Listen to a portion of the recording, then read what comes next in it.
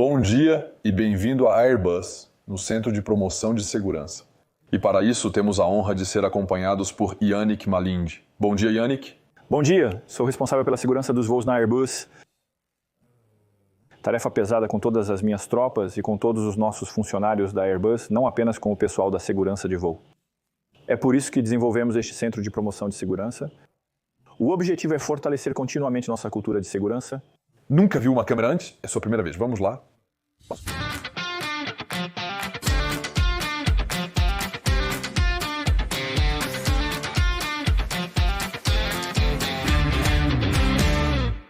Então aqui nós entramos em O Safety Promoção Centro.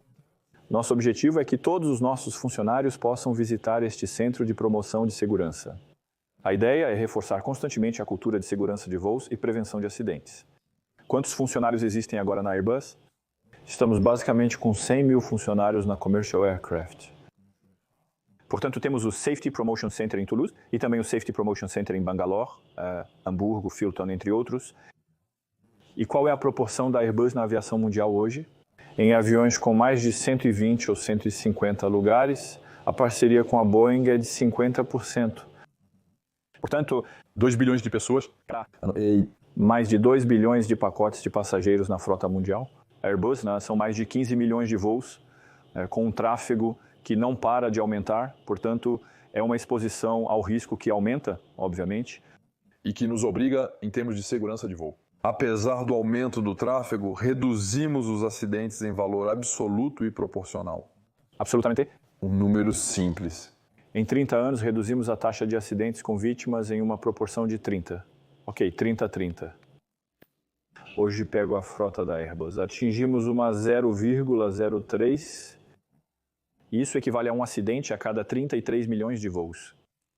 O que vemos aqui é simples. É um certo número de acidentes que foram muito visíveis para o mundo do transporte aéreo, não apenas para a frota mundial da Airbus. E classificados estão as grandes categorias de acidentes. E isso mostra como podemos melhorar a segurança dos voos, levando em consideração as lições aprendidas de cada um desses acidentes. Então, quais são as 5 grandes categorias? Então, os 4 grandes categorias. Perda de controle em voo. Controle de voo em todo o terreno. Infelizmente, mesmo que tudo esteja bem, o avião acaba batendo em uma montanha. Pista, esforço, então saída de pista, colisão em pleno ar, são as colisões durante o voo. Eu falarei no final da última parte aqui o que é a cultura de segurança.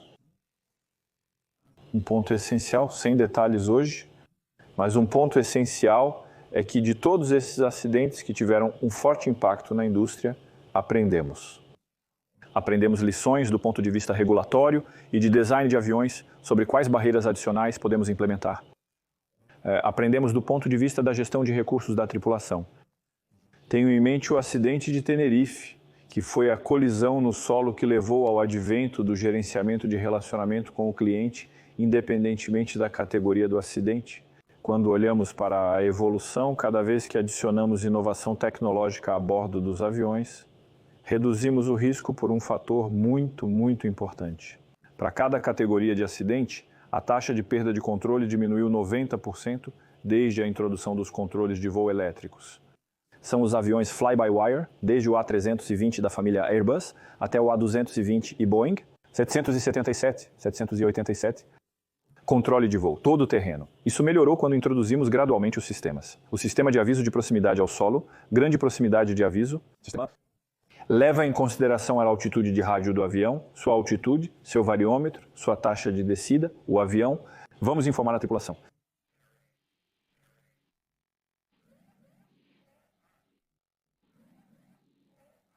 Os acidentes relacionados a falhas desapareceram mais rapidamente do que as colisões com o solo?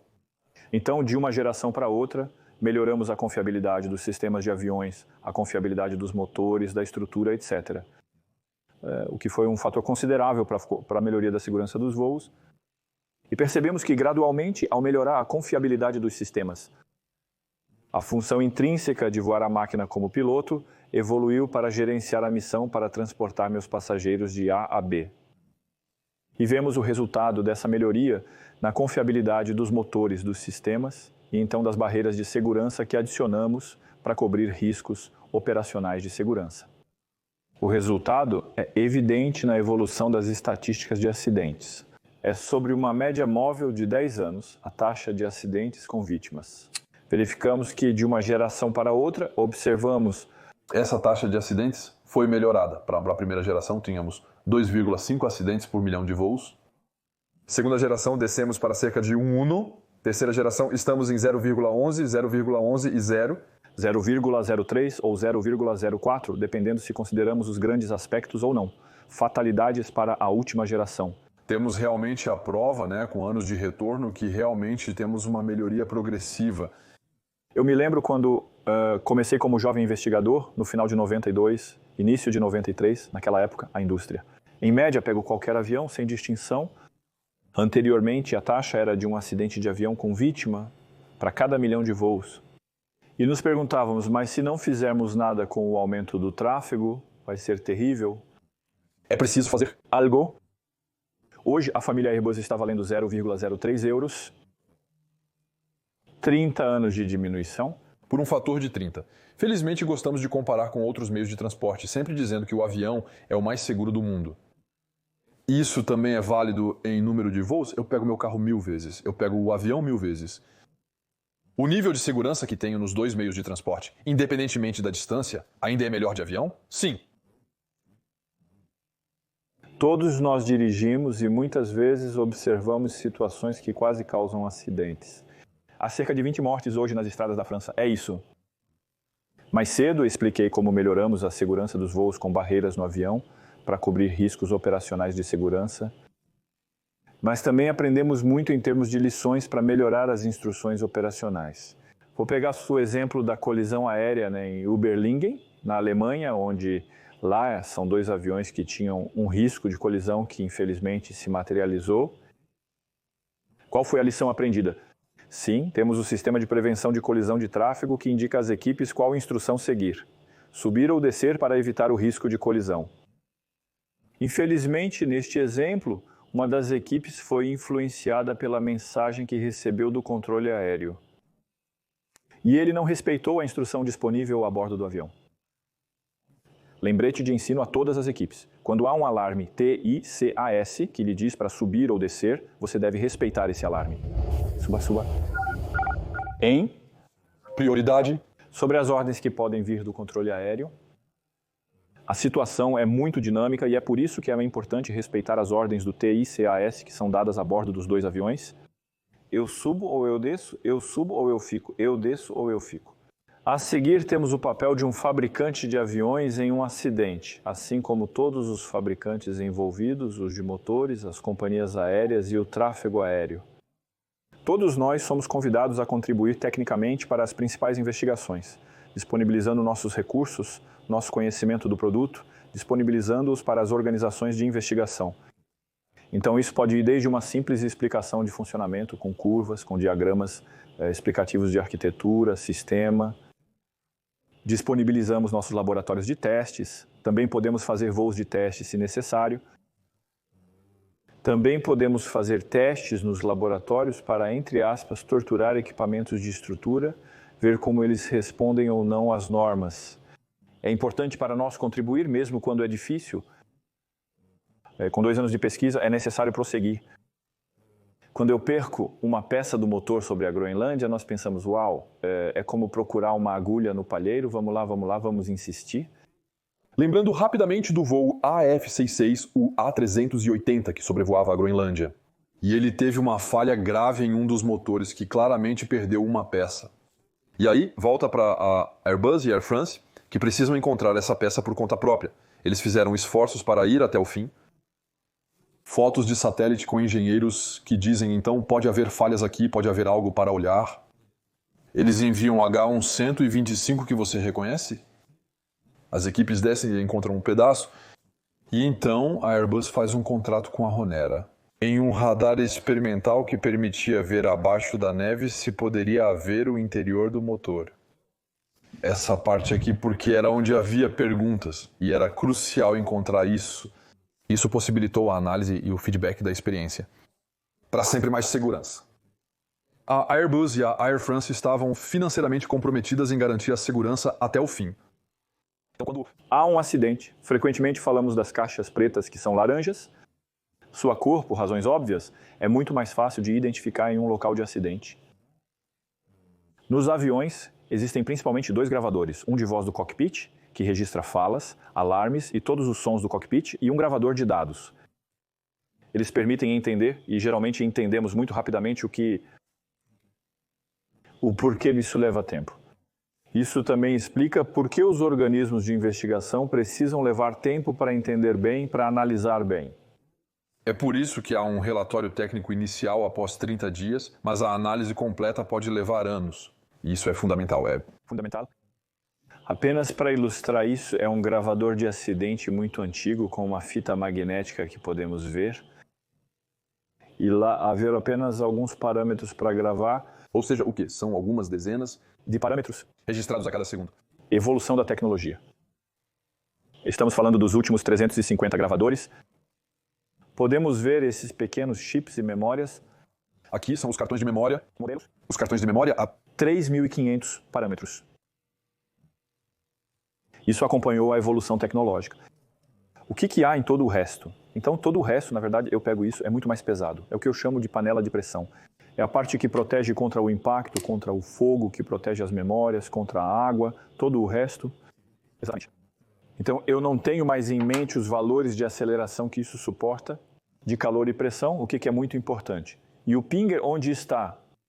O pinger é essa pequena parte. O USB é isso, que faz barulho para ser ouvido debaixo d'água. Agora são 90 dias, antes eram 30, isso dá mais tempo. Exatamente. E atrás nós vemos estatísticas. Observamos a evolução de 70 para 300, B2, B4. O número de parâmetros no início do assertivo na escala era menos de 100 parâmetros. Hoje peguei um de 350 e temos mais de 3.500. 3.500 parâmetros registrados várias vezes por segundo nesta pequena caixa. Nesta pequena caixa. Além disso, os computadores e aviões não estão protegidos contra choques, fogo, etc. Mas acontece que em alguns casos de acidente, podemos recuperar alguns computadores e fazemos quando é útil. Tentamos ler as memórias desses computadores e, às vezes, conseguimos quando não estão muito danificados, o que permite completar as informações dos gravadores protegidos. Os Big Data? Os Big Data, sim. Então isso mostra muito claramente porque hoje está indo muito, muito rápido para entender o que aconteceu. Novamente, o fator humano é mais complexo. Teremos perguntas por que não gostávamos de todos esses dados na nuvem. Com os satélites. Porque precisaríamos de uma largura de banda diferente. E depois, há a questão fundamental. A quem pertence o dado quando há um acidente? O controle, a governança e o controle do dado do acidente é importante que seja controlado pelos organismos de investigação, com todos os riscos que isso poderia acarretar se fosse realmente enviado para uma nuvem, etc. Riscos cibernéticos, etc.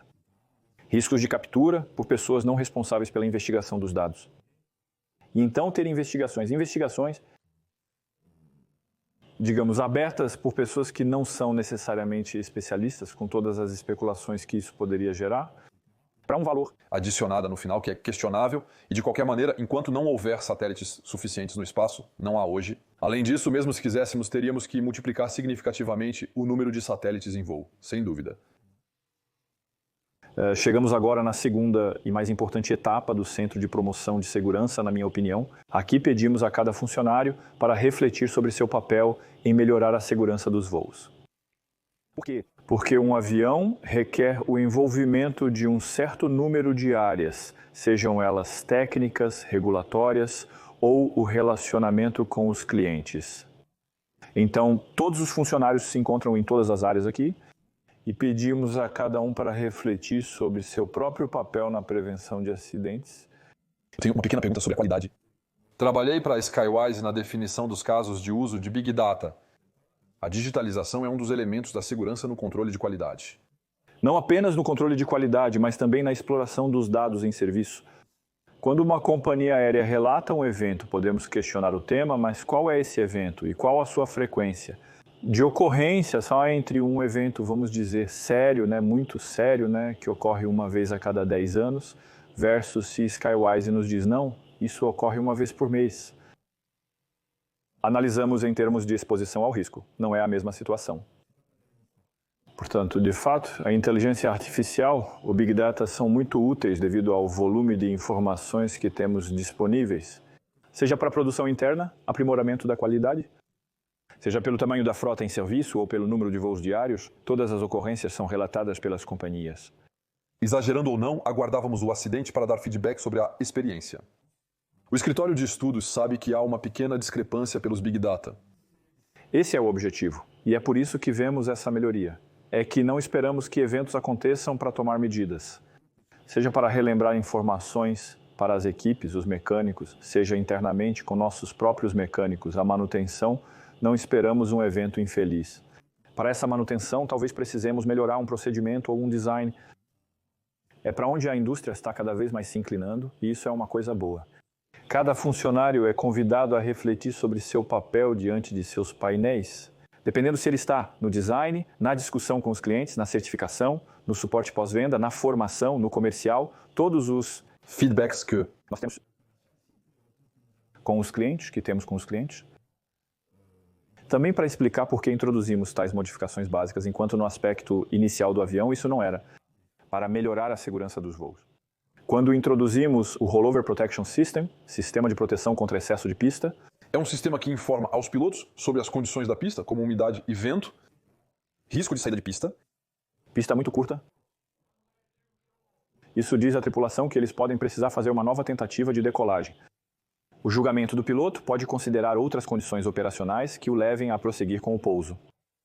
Portanto, é uma indicação do desempenho do avião em relação ao comprimento restante da pista, dizer se isso funcionará ou não. E então? Isso não era comum, nos primeiros aviões. Nós o introduzimos convencidos de que isso é um divisor de águas e ainda estamos. Para responder aos riscos de saída de pista, decidimos torná-lo básico em nossos aviões. Isso significa que é padrão nos novos aviões? E um A320 que foi entregue há algumas décadas, podemos colocá-lo? Podemos retrofitá-lo? Depende, há algumas décadas. Tudo depende da capacidade arquitetônica do avião, já que eles evoluíram. Nem todos são necessariamente retrofitáveis, dependendo da complexidade dos sistemas. Mas nós realmente encorajamos o retrofit, e a Europa é retrofitável. Então agora chegamos ao último painel, que ilustra a necessidade de trabalharmos todos juntos dentro de um ator. Airbus, uma companhia aérea, Air France. Também, entre atores, entre nós e as companhias, entre as companhias e suas organizações, entre nós e as autoridades de certificação, todos trabalhamos juntos. No início da visita ao Centro de Promoção de Segurança, mencionei a evolução das investigações de acidentes. No início, olhávamos para o objeto técnico, o que precisamos melhorar? E então, aos poucos, melhoramos. Este painel ilustra isso. Olhávamos para os elementos técnicos, evoluímos para os elementos do fator humano, o fator humano e o sistêmico, os fatores organizacionais. Nos anos 50 havia praticamente apenas o fator técnico no qual poderíamos ter um efeito eficaz e rápido. Exatamente. Início dos anos 70, e isso foi acelerado com o Tenerife. O fator humano, seja na interação entre os membros das tripulações, seja na concepção do avião. Isso começou no início dos anos 90 e está acelerando rapidamente agora. Os fatores organizacionais, como um processo, uma organização, uma mudança, pode eventualmente ter um impacto potencial na segurança dos voos. E isso é realmente fundamental. Tudo isso, então, vai na mesma direção, com essa ideia de que temos uma obrigação regulatória, mas isso não é suficiente. Precisamos fazer o extra mile. Esse é o sentido dessa seta sobre a maturidade do que chamamos de Sistema de Segurança de Voo, Safety Management System. Em português, Sistema de Segurança de Voo. A ideia é atacar os 3 pilares da Safety Transparent Safe. Um avião seguro operado de maneira segura em um ambiente seguro. Enfim, é isso mesmo o nosso dia em inglês. Buscamos trabalhar nesses 3 pilares simultaneamente. Como fabricante de aviões, temos um papel predominante na aeronave, mas acreditamos que temos um papel a desempenhar também, compartilhando nossa experiência com os outros atores, e é também por isso que dificilmente alcançaremos o zero acidente, porque não podemos ir a Cuba. É importante a aplicação correta das regras em países que não as aplicam corretamente ou não têm controle interno. É verdade, vírgula. Um avião seguro, operado de maneira segura em um ambiente seguro. As setas mostram que todos se comunicam entre si. O objetivo é ter comitês regionais de segurança. É garantir que, no nível da Organização de Aviação Civil Internacional, a Organização Internacional de Aviação Civil, que regula as normas aplicáveis a todos os países, possamos ter discussões construtivas. Contribuir, inclusive, para Cuba, inclusive para países que não têm necessariamente um legado aeronáutico, como temos na Europa, na França, especialmente nos Estados Unidos, etc. Portanto, é realmente trabalhar juntos e realmente vemos melhorias. Penso na Rússia no final de 2022 em contraste com esses países inclusivos. Eles autorizam a implementação de peças não certificadas nos aviões que operam no país. Ainda são coisas, não podemos ir até eles. O contexto, todos concordarão, é muito particular. Bem evidentemente. Um ponto importante que precisa ser constantemente repetido em muitos discursos, porque temos novatos, é essa noção de falar, de não ter medo de relatar um erro para que possamos corrigi-lo. Isso faz parte dos valores fundamentais da Airbus Safety First, o compromisso com a segurança, falar e compartilhar. Eu relato algo, é preciso encorajar a pessoa a quem eu relato a compartilhar. É preciso me encorajar, como empregado, a compartilhar essa informação e então fornecer transparência e feedback. É assim que melhoramos as coisas. Para dizer simplesmente que a Airbus é uma grande casa, sabemos disso, a Airbus não apenas faz aviões, mas também helicópteros. E então, também estamos na defesa e no espaço, compartilhamos essa cultura de segurança nas 3 divisões, é realmente um bem comum, é um bem comum.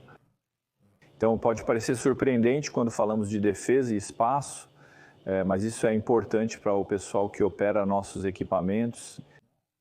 E então helicópteros, é claro, assim como para os aviões. Ao falar sobre segurança de voo através do Centro de Promoção de Segurança, abordamos o design dos aviões e o papel de cada funcionário na contribuição para essa segurança. Eu mencionei a fabricação. Talvez um ponto mais específico, desenvolvemos o que chamamos de primeiras salas de aula para nossos mecânicos nas linhas de montagem. Isso vai falar sobre o dia a dia deles nos tópicos. Como FOD, um objeto que é deixado acidentalmente em um avião ou em uma pista, um problema de torque, um problema de fiação elétrica, um problema de configuração de avião, que são realmente o dia a dia dos mecânicos. É preciso evitar esses riscos. Conversamos com eles nas salas de primeira classe sobre os riscos e possíveis consequências para a segurança dos voos. E lá também é para reforçar essa cultura de prevenção e isso funciona muito, muito bem. E lá também, como para o Centro de Prevenção de Segurança, desenvolvemos em nossos diferentes sites, seja na França, na Alemanha, na China, nos Estados Unidos, em Mirabel, no Canadá também. Também temos uma ligação com a segurança, né? Trabalhamos muito com nossos colegas da Sûreté. Em francês. A segurança, isso se traduz por sûreté em francês? Segurança. Segurança. Segurança, safety em inglês. Isso quer dizer que é o fator humano, é a vontade de terrorismo, a malícia, o hacking do sistema de posicionamento global? Exatamente. E o hacking, spoofing, jamming do sistema de posicionamento global, estamos falando muito sobre isso no momento. E então, estamos observando, trabalhando juntos de perto, quais são os riscos e efeitos nos aviões, como podemos remediar isso. Isso nos dá uma visão global do que fazemos em termos de cultura de segurança, sendo essa cultura de prevenção a mesma coisa no final das contas. Seja a prevenção de acidentes de trabalho, seja a prevenção em termos de qualidade, seja a prevenção em termos de segurança de voo, é realmente a mesma mentalidade.